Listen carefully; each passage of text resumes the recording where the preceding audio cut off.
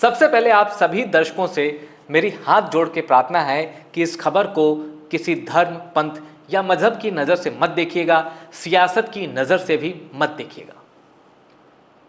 कुछ पल के लिए हिंदुस्तानी बनकर इस खबर को देखिएगा, 24 कैरेट का हिंदुस्तानी बनकर। वाराणसी से एक खबर आई। खबर कुछ ऐसी है कि एशिया कप में जो हमें जीत मिली है, उसके जश्न को हॉकी से जुड़ी एक खबर ने थोड़ा फीका कर दिया। वाराणसी में चौड़ीकरण के नाम पर 13 मकानों पर बुलडोजर चला। कुछ मकानों को पूरी तरह जमींदोज कर दिया गया, तो कुछ का आंशिक हिस्सा, तो कुछ का बड़ा हिस्सा उस पर बुलडोजर का एक्शन हुआ। इन ध्वस्त हुए मकानों में से एक था मोहम्मद शाहिद का घर। अगर क्रिकेट में महेंद्र सिंह धोनी जैसा कोई नहीं हुआ, तो हॉकी में मोहम्मद शाहिद जैसा भी कोई नहीं हुआ। 1980 के मॉस्को ओलंपिक में भारत की हॉकी टीम ने गोल्ड जीता था। इसमें शाहिद का बड़ा रोल था। उसी साल कराची में हॉकी की चैंपियंस ट्रॉफी हुई थी। मोहम्मद शाहिद को बेस्ट फॉरवर्ड प्लेयर का अवार्ड मिला था। 1980-81 में अर्जुन अवार्ड के लिए भी मोहम्मद शाहिद चुने गए। 1982 में एशियाई खेल हुए। ये खेल दिल्ली में हुए थे, जिसमें हॉकी टीम ने सिल्वर जीता। 1986 का एशियाई खेल सियोल में हुआ था और तब भारत की हॉकी टीम ने ब्रॉन्ज मेडल जीता। 1986 में मोहम्मद शाहिद को पद्म पुरस्कारों के लिए चुना गया और उन्हें पद्मश्री दिया गया। 1986 के हॉकी वर्ल्ड कप में मोहम्मद शाहिद को बेस्ट प्लेयर चुना गया। मैंने आपको मोहम्मद शाहिद का ये वही परिचय दिया है जो इंटरनेट पे उपलब्ध है, जो सहज आप कहीं से भी जानकारी मोहम्मद शाहिद के बारे में हासिल कर सकते हैं। मैंने शाहिद को टीवी पर लाइव नहीं देखा है हॉकी खेलते हुए। हॉकी के मैचेस में देखता हूँ, लेकिन मैंने उनको लाइव नहीं देखा है, क्योंकि शाहिद मेरे दौर के खिलाड़ी नहीं थे। और सच ये भी है कि मोहम्मद शाहिद जैसे सूरमा का कोई दौर नहीं होता। पर अब लगता है कि अच्छा हुआ मोहम्मद शाहिद नहीं है, वरना वाराणसी में जो कुछ हुआ उसे देखकर वो अपना होश नहीं संभाल पाते, वो सचेत नहीं रह पाते। इन इमारतों को पता है कि ये मिट्टी में मिलने वाली हैं, क्योंकि वाराणसी प्रशासन का इरादा चट्टानी है और बुलडोजर का इरादा तूफानी है। इस बुलडोजर एक्शन में सिर्फ ईंटें नहीं ढह रही, हॉकी के करिश्माई खिलाड़ी का घरौंदा भी ढह रहा है। वो खिलाड़ी जिसने दुनिया के कोने कोने में अपनी हॉकी से ये बताया कि ध्यानचंद की पुश्तें अभी जिंदा हैं। ये दिखाया कि भारत की जमीन ने जादूगर पैदा करना बंद नहीं किया है।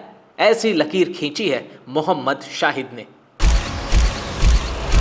हमारा तोड़ है मित्रा जी, मैं आपको मार पकड़ रहा हूँ, मैं हटा रहा हूँ ना, मैं हटा रहा हूँ, मेरी मजबूरी समझिए, मैं आपको आज पर हटा दूंगा, केवल आज पर सर।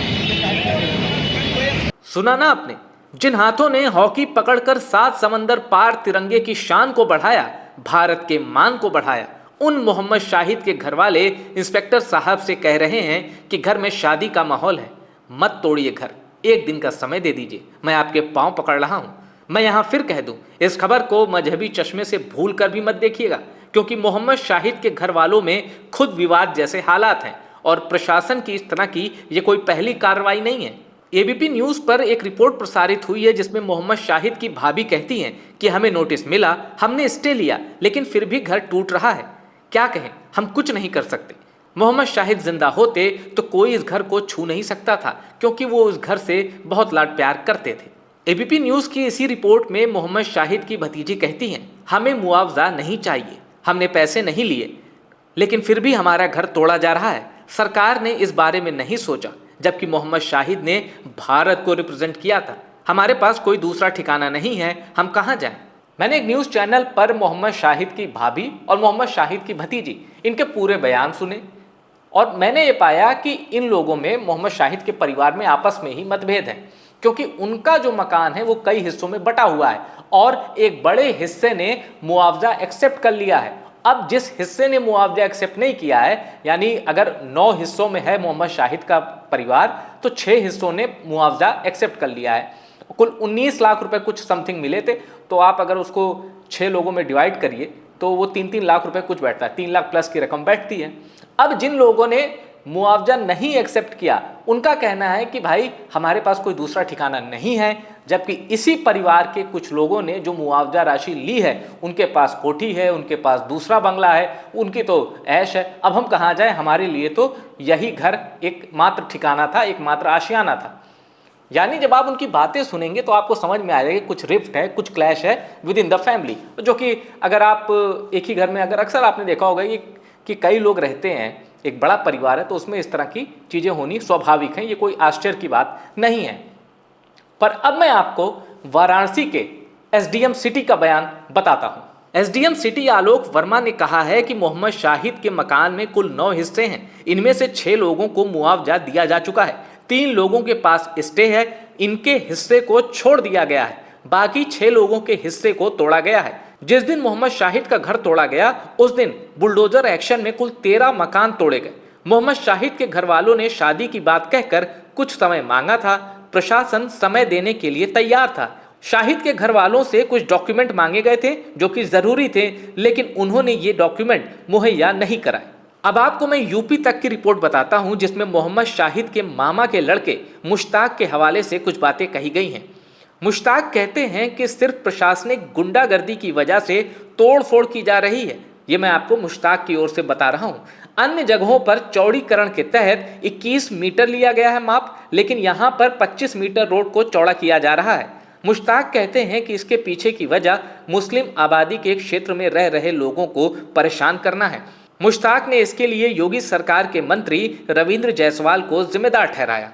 अमर उजाला की रिपोर्ट कहती है कि पद्मश्री मोहम्मद शाहिद के भवन के 9 हिस्सेदार हैं।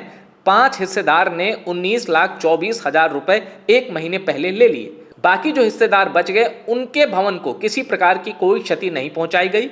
शाहिद की पत्नी परवीन शाहिद, पुत्र मोहम्मद सैफ, पुत्री हिना शाहिद मुआवजा पाने वाले 5 परिवारों में से एक हैं। तो अब आप पूरी तरीके से समझ गए होंगे कि मामला क्या है। मामला यह है कि मोहम्मद शाहिद के अलावा वहां 12 और घर भी तोड़े गए। और यह भी सच है कि चौड़ीकरण के नाम पर वाराणसी में यह कोई पहला एक्शन नहीं हुआ है। याद कीजिए, जब काशी कॉरिडोर बन रहा था तब साधु संतों ने भी हंगामा मचाया था कि मंदिर तोड़कर ये कॉरिडोर बन रहा है। उसके भी फैक्ट चेक हुए थे।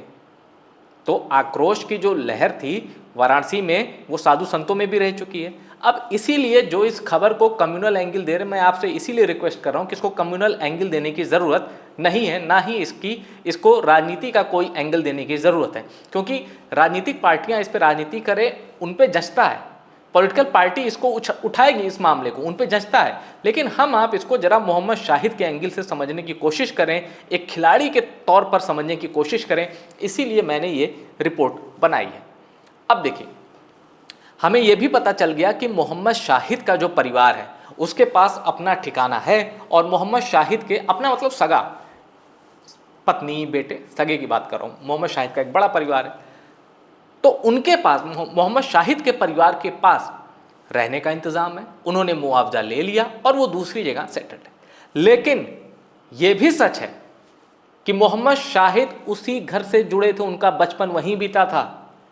वाराणसी में मोहम्मद शाहिद के उस घर को स्मारक होना चाहिए था, लेकिन बुलडोजर ने उसे ध्वस्त कर दिया।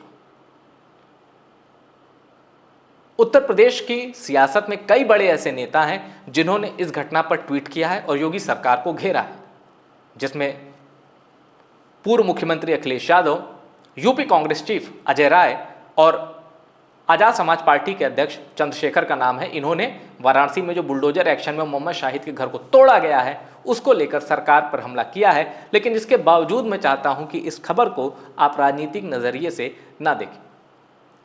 भारत में क्रिकेट को लेकर क्रेज है, आपके अंदर भी होगा।